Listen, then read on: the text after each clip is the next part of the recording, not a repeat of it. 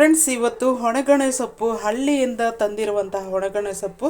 ಇದು ಗದ್ದೆ ಮತ್ತು ಕೆರೆಗಳಲ್ಲೇ ಬೆಳೆಯುವಂಥ ಸೊಪ್ಪಾಗಿದೆ ಫ್ರೆಂಡ್ಸ್. ಈ ಸೊಪ್ಪನ್ನು ನಾವು ಹೇಗೆ ಮಾಡೋದು ಬಸ್ಸಾರು ಅಂತ ನಾನು ಇವತ್ತು ತೋರಿಸ್ಕೊಡ್ತಾ ಇದ್ದೀನಿ. ಬಹಳ ರುಚಿಯಾಗಿರುತ್ತೆ.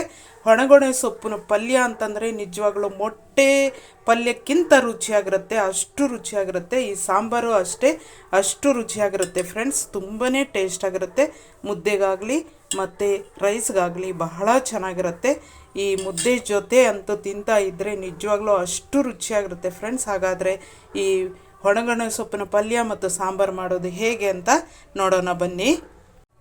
ಹಾಯ್ ಫ್ರೆಂಡ್ಸ್, ಶಾಂತ ಸ್ಟಾರ್ ಚಾನಲ್ಗೆ ಸ್ವಾಗತ. ಇವತ್ತು ನಾನು ಹೊಣೆಗಣೆ ಸೊಪ್ಪಿನ ಬಸ್ಸಾರು ಮಾಡೋದು ಹೇಗೆ ಅಂತ ತೋರಿಸ್ಕೊಡ್ತಾ ಇದ್ದೀನಿ. ಈ ಹೊಣೆಗಣೆ ಸೊಪ್ಪು ಹೊಟ್ಟೆನ ಕ್ಲೀನ್ ಮಾಡುತ್ತೆ ಅಂತ ಹೇಳ್ತಾರೆ, ಮತ್ತು ಹೊಟ್ಟೆನಲ್ಲಿ ಜಂತು ಹುಳ ಇದ್ದರೂ ಕೂಡ ಆಚೆಗೆ ಬಂದುಬಿಡುತ್ತೆ ಅಂತಲೂ ಕೂಡ ಹೇಳ್ತಾರೆ. ಹೊಟ್ಟೆ ಗ್ಯಾಸ್ಟ್ರಿಕ್ ಪ್ರಾಬ್ಲಮ್ ಇದ್ದರೂ ಕೂಡ ಮೋಷನ್ ಕಟ್ಕೊಂಡೆ ಅವ್ರಿಗೆ ಕೂಡ ಅದು ಕ್ಲೀನ್ ಮಾಡುತ್ತೆ ಅಂತ ಹೇಳ್ತಾರೆ. ಇದು ತುಂಬ ಆರೋಗ್ಯ ಅಂತ ಹೇಳ್ತಾರೆ. ಗ್ಯಾಸ್ಟ್ರಿಕ್ ಇರುವಂಥವ್ರಿಗೆ ಕೂಡ ತುಂಬಾ ಇದನ್ನು ತಿಂತಾ ಇದ್ದರೆ ನೀಟಾಗಿ ಮೋಷನ್ ಆಗಿ ಗ್ಯಾಸ್ಟ್ರಿಕ್ ಇಲ್ದಿರ ಆಗುತ್ತೆ ಅಂತ ಕೂಡ ಹೇಳ್ತಾರೆ. ಈ ಹೊಣೆಗೊನೆ ಸೊಪ್ಪು ಕೆರೆಗಳಲ್ಲಿ ಸಿಗುವಂಥದ್ದು. ಈ ಸೊಪ್ಪು ಕೆರೆಯಲ್ಲಿ ಅಂತ ನೀರು ಇರುವಂತಹ ಗದ್ದೆಗಳಲ್ಲಿ ಸಿಗುವಂಥ ಸೊಪ್ಪು ಫ್ರೆಂಡ್ಸ್. ಇದು ಹಳ್ಳಿ ಕಡೆನೇ ಸಿಗೋದು, ಸಿಟಿಗಳಲ್ಲಿ ಸಿಗುವಂಥದ್ದಲ್ಲ. ಅದರಿಂದಾಗಿ ಈ ಸೊಪ್ಪನ್ನು ನಾವು ಬಸ್ಸಾರು ಮಾಡೋದು ಹೇಗೆ ಅಂತ ನಾವು ನೋಡೋಣ ಬನ್ನಿ. ನೋಡಿ,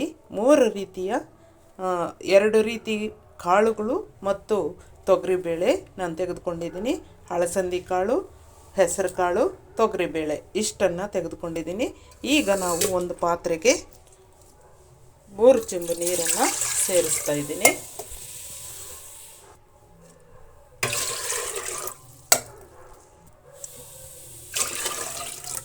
ಸಾಕಷ್ಟು ನೀರು. ಇದನ್ನು ನಾನು ಪಾತ್ರೆಯಲ್ಲಿ ಮಾಡೋದನ್ನು ತೋರಿಸ್ಕೊಡ್ತಾ ಇದ್ದೀನಿ.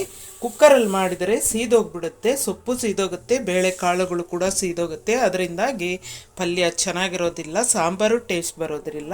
ಅದರಿಂದ ನಾನು ಪಾತ್ರೆಯಲ್ಲಿ ಮಾಡಿ ತೋರಿಸ್ತಾ ಇದ್ದೀನಿ. ಈ ಕಾಳುಗಳನ್ನು, ಬೇಳೆ ಕಾಳುಗಳನ್ನು ನಾನು ನೀಟಾಗಿ ತೊಳೆದು ಪಾತ್ರೆಗೆ ಸೇರಿಸ್ತಾ ಇದ್ದೀನಿ.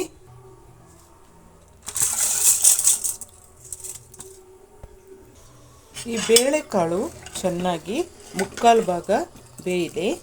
ಈ ಬೇಯೋಷ್ಟರಲ್ಲಿ ನಾವು ತೊಳೆದಿಟ್ಕೊಂಡಂತಹ ಸೊಪ್ಪನ್ನು ನಾವು ಸಣ್ಣ ಸಣ್ಣದಾಗಿ ಕಟ್ ಮಾಡಿಟ್ಕೊಳ್ಳೋಣ. ಇದನ್ನು ಹೀಗೆ ತೊಳಿಬೇಕು, ತೊಳೆದಾದ್ಮೇಲೆ ಕಟ್ ಮಾಡ್ಕೋಬೇಕು. ತೊಳೆದು ಕಟ್ ಮಾಡೋಕ್ಕೆ ಹೋಗಬೇಡಿ ಯಾವತ್ತೂ. ನೋಡಿ, ಈ ರೀತಿ ಸಣ್ಣ ಸಣ್ಣದಾಗಿ ಕಟ್ ಮಾಡ್ಕೋಬೇಕು. ಇದು ಬೇರುಗಳು ಇರೋದ್ರಿಂದ ನಾವು ಸಣ್ಣ ಸಣ್ಣದಾಗಿ ಕಟ್ ಮಾಡ್ಕೋಬೇಕಾಗತ್ತೆ.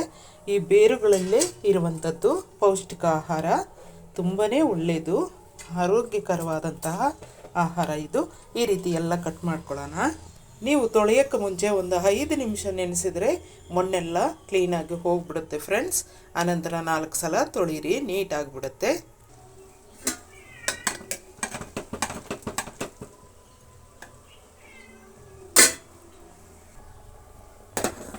ಬೇಳೆಕಾಳು ಬೆಂದಿದೆಯೇನೋ ಅಂತ ನೋಡೋಣ.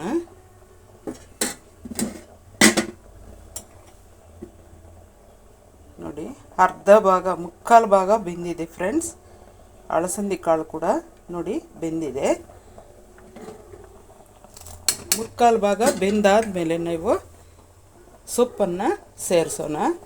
ಸಣ್ಣದಾಗಿ ಕಟ್ ಮಾಡಿಕೊಂಡ್ರೆ ತುಂಬ ಚೆನ್ನಾಗಿರುತ್ತೆ ಪಲ್ಯ ಕೂಡ, ಯಾಕಂದರೆ ಬೇರುಗಳಲ್ವ, ಅದರಿಂದಾಗಿ ತುಂಬಾ ತೀರಾ ಸಣ್ಣ ಕಟ್ ಮಾಡ್ಕೋಬೇಕು. ಈಗ ಒಂದು 5 ನಿಮಿಷ ಚೆನ್ನಾಗಿ ಬೇಯಲಿ ಸೊಪ್ಪು. ಈಗ ನಾವು ಉಪ್ಪನ್ನು ಸೇರಿಸೋಣ. 5 ನಿಮಿಷ ಬಿಟ್ಕೊಂಡ್ರೆ ಚೆನ್ನಾಗಿ ಬೆಂದಿರುತ್ತೆ. ನೋಡಿ, ಸೊಪ್ಪೆಲ್ಲ ಬೆಂದಿದೆ. ಉಪ್ಪನ್ನು ಸೇರಿಸಿದ್ದೀನಿ, ಕಲ್ಲುಪ್ಪು.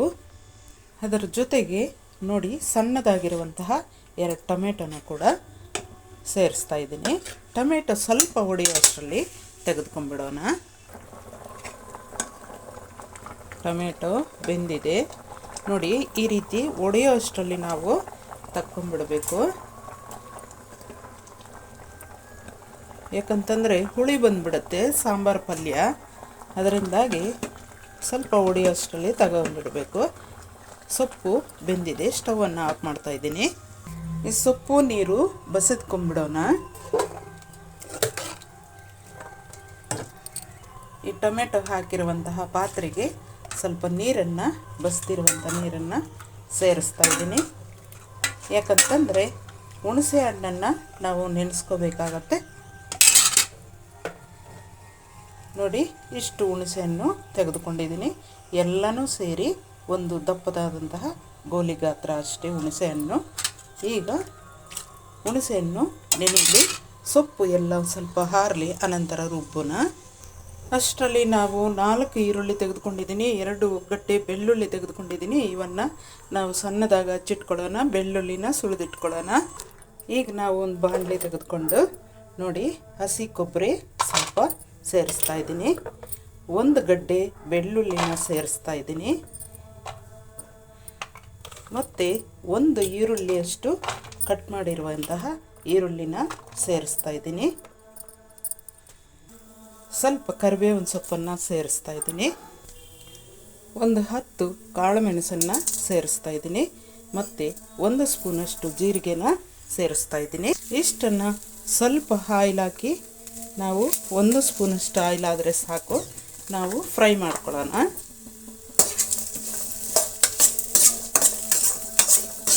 ತುಂಬ ಬಾಡಿಸಬಾರ್ದು, ಒಂದು ಸ್ವಲ್ಪ ಮಟ್ಟಿಗೆ ನಾವು ಫ್ರೈ ಮಾಡ್ಕೋಬೇಕು, ಘಮ ಬರೋ ತನಕ. ಆಯಿತು, ಫ್ರೈ ಮಾಡಿದ್ದು. ಈಗ ನಾನು ಸ್ಟವನ್ನು ಆಫ್ ಮಾಡಿ ಹಾರಲಿಕ್ಕೆ ಬಿಡ್ತಾಯಿದ್ದೀನಿ.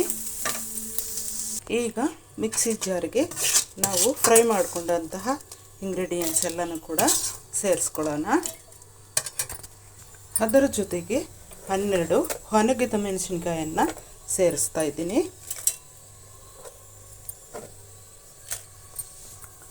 ಅದರ ಜೊತೆಗೆ 1 ಸ್ಪೂನಷ್ಟು ಮಿಕ್ಸ್ ಮಸಾಲೆ ಪುಡಿನ ಸೇರಿಸ್ತಾ ಇದ್ದೀನಿ.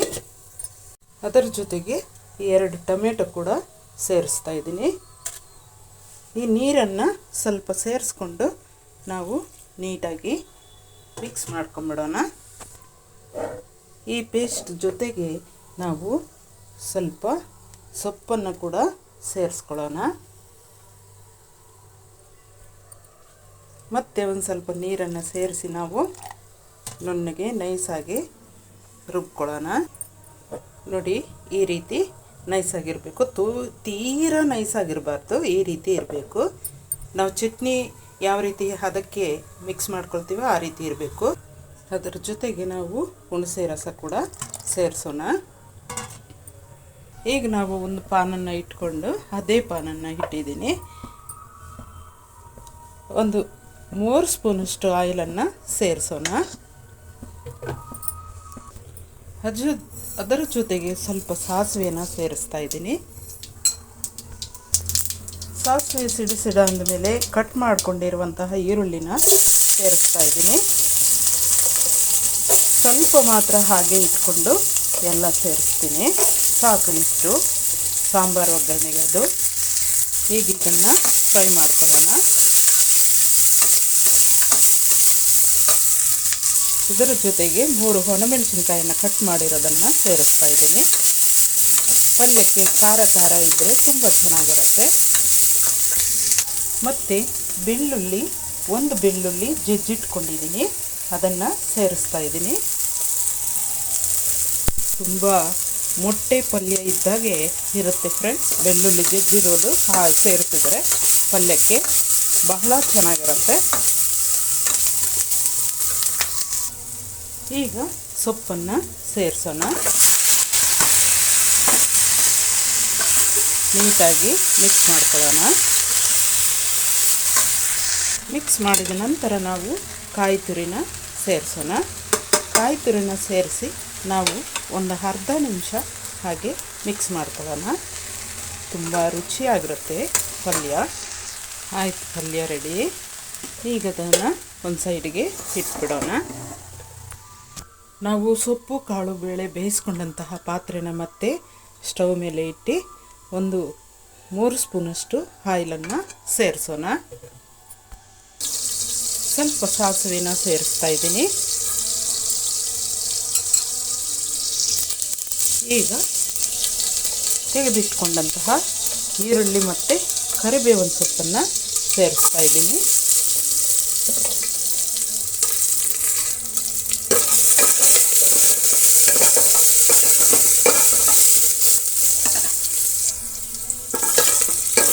ಈರುಳ್ಳಿ ಎಲ್ಲ ಚೆನ್ನಾಗಿ ಫ್ರೈ ಆದಮೇಲೆ ನಾವು ಮಿಕ್ಸ್ ಮಾಡ್ಕೊಂಡಂಥ ಮಸಾಲೆನೆಲ್ಲ ನಾವು ಸೇರಿಸೋಣ.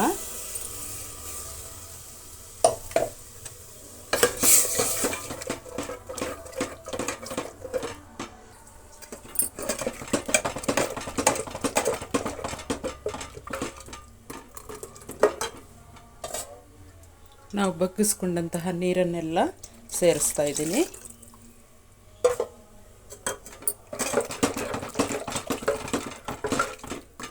ಈ ಸಾಂಬಾರು 3 ಜನ 3 ಹೊತ್ತು ತಿನ್ಬೋದು ಫ್ರೆಂಡ್ಸ್. ಬೆಳಗ್ಗೆ, ಮಧ್ಯಾಹ್ನ, ಸಾಯಂಕಾಲ 3 ಟೈಮ್ ತಿನ್ಬೋದು. ಅಷ್ಟು ಸಾಂಬಾರು ಇದು. ಮುದ್ದೆಗಾಗಲಿ ರೈಸ್ಗಾಗಲಿ ತಿನ್ಬೋದು. ಇದನ್ನು ನಾವು ಸ್ವಲ್ಪ ಕುದಿಸ್ಬೇಕು. 1-2 ನಿಮಿಷ ಕುದಿಸೋಣ. ಈ ರೀತಿ ಕುದಿ ಬಂದಮೇಲೆ 1-2 ನಿಮಿಷ ಕುದಿಸ್ಕೊಂಡ್ರೆ, ಇಲ್ಲ 1 ನಿಮಿಷ ಕುದಿಸಿದ್ರು ಸಾಕು ಫ್ರೆಂಡ್ಸ್. ಯಾಕಂದರೆ ಮಸಾಲೆ ಪುಡಿ ಸೇರಿಸಿರ್ತೀವಿ, ಅದರಿಂದಾಗಿ ನಾವು 1 ನಿಮಿಷ ಕುದಿಸ್ಬೇಕಾಗತ್ತೆ. ಕುದಿಸಿದ್ದಾಯಿತು ಫ್ರೆಂಡ್ಸ್. ಸ್ಟವನ್ನು ಆಫ್ ಮಾಡ್ತಾಯಿದ್ದೀನಿ. ಸಾಂಬಾರು ಮತ್ತು ಪಲ್ಯ ಎರಡೂ ರೆಡಿ ಆಯಿತು. ಪ್ಲೀಸ್ ನಮ್ಮ ಚಾನಲನ್ನು ಯಾರು ಹೊಸದಾಗಿ ನೋಡ್ತಾ ಇದ್ದೀರೋ ಅವರು ಸಬ್ಸ್ಕ್ರೈಬ್ ಮಾಡ್ಕೊಳ್ದೇ ಇರೋರು ಸಬ್ಸ್ಕ್ರೈಬ್ ಮಾಡ್ಕೊಳ್ಳಿ, ಶೇರ್ ಮಾಡಿ, ಕಮೆಂಟ್ ಮಾಡಿ, ಲೈಕ್ ಮಾಡಿ ಫ್ರೆಂಡ್ಸ್. Thank you.